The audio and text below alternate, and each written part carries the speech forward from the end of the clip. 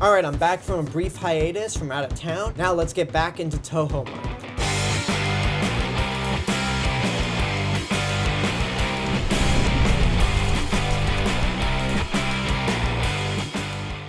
Atragon was released in 1963 and basically is a kind of alien invasion movie. It focuses on the Mu Empire, a group of people that live underneath the ocean and basically want to take over the surface and want to wipe out all of humanity. But in secret, a World War II captain has created this amazing undersea battleship that can fly called Gotango, or Atragon, and basically the world bands together to try and use it against the Mu Empire. Now I'm just going to really cut right to the chase with this review, because this is the 8th film in Toho month, and when you've been reviewing 8 movies in a row, you kind of want to avoid saying everything that you've said in the previous reviews. So I'll say with Atragon, it's another movie I haven't seen when I was much younger, and only watched it for the first time for this review, and man, is it really one of Toho's most boring movies out there. I was really looking forward to this movie ever since I saw the poster as a young lad. Did I really say that? Anyway, I was so intrigued by the look of this battleship, and I was like, oh man, this thing looks so cool, I can't wait to see the movie.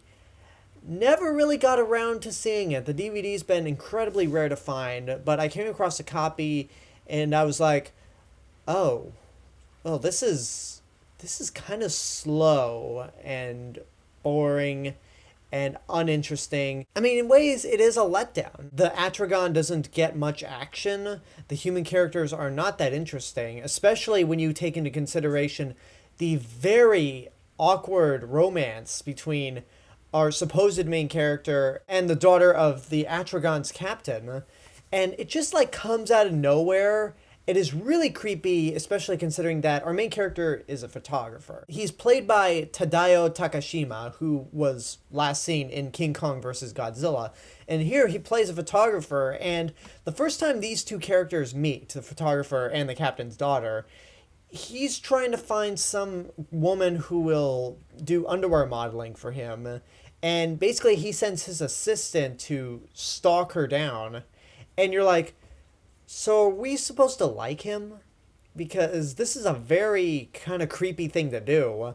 And the romance really just pops up out of nowhere. It's like there was no romantic connection established between these two. I mean, it'd been fine if it was an Ogata Emiko situation like in the original Godzilla where they're already connected. But it just comes across as very, very creepy and really forced. Like, the Toho movies don't really have that much in terms of romance, even when there's a boyfriend-girlfriend. But even then, like, if they force one, it's just really awkward. Maybe the biggest disappointment about this movie is the monster of the movie, Manda. Manda is basically this giant sea serpent who would later appear in Destroy All Monsters, and then very briefly in Godzilla Final Wars, where they basically recreate this film's most iconic scene where Manda attacks the Gotango, or Atragon. To describe Manda, I'll just say that he's pretty much the star-killer base of this movie. Both of these things are just obstacles to create conflict within the movie. They're both featured in the poster around the corner, so we know that they're in the movie, but within the context of the actual film, they pop up out of nowhere with no kind of foreshadowing. Except with Starkiller Base, that kind of popped up a little bit before the halfway point and actually ended up playing a major part in the film, even if it was a third Death Star.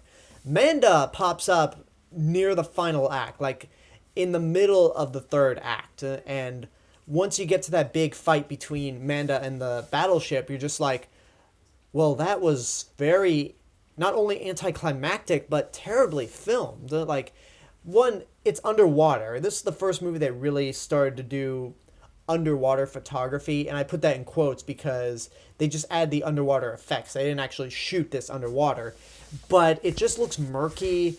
They filmed too close. And Manda doesn't do a whole lot, to be honest. If there's anything I could say that's good about this movie, the score by Akira Ifukube is good, as it usually is, but outside the main theme, there's nothing about it that's very memorable. It fits the mood of the movie, but you won't be humming any of the themes like you do with a lot of the Godzilla movies that he's scored. So this might be one of his weaker scores. Atragon is really one movie that I don't recommend at all. It's not exciting at all. It's boring. It feels like it goes on forever. Once you get to the big fight between Manda and the Atragon, it's nothing. As pointless as the fight between Manda and the Gotengo in Final Wars was, it was done a lot better, was a lot more exciting. Hell, you could take a Gotengo and Manda toy and film your own fight scene. It probably would have been a lot better than in this movie. So, Atragon, I can't say I hate it at all, but I would say don't waste your money on this movie. It's really not memorable at all. It's really a drag of a movie, and both in the pacing and the fact that it is a disappointment. And that's my review for Atragon. I hope you guys enjoyed this review. I can't wait to hear what you think about the movie. Don't forget to comment, like, subscribe, share me with your friends. Go check out my official website, and you can follow me on Facebook, Twitter, Instagram, SoundCloud, and Periscope. This is the real Mr. Robinson telling you there is only one.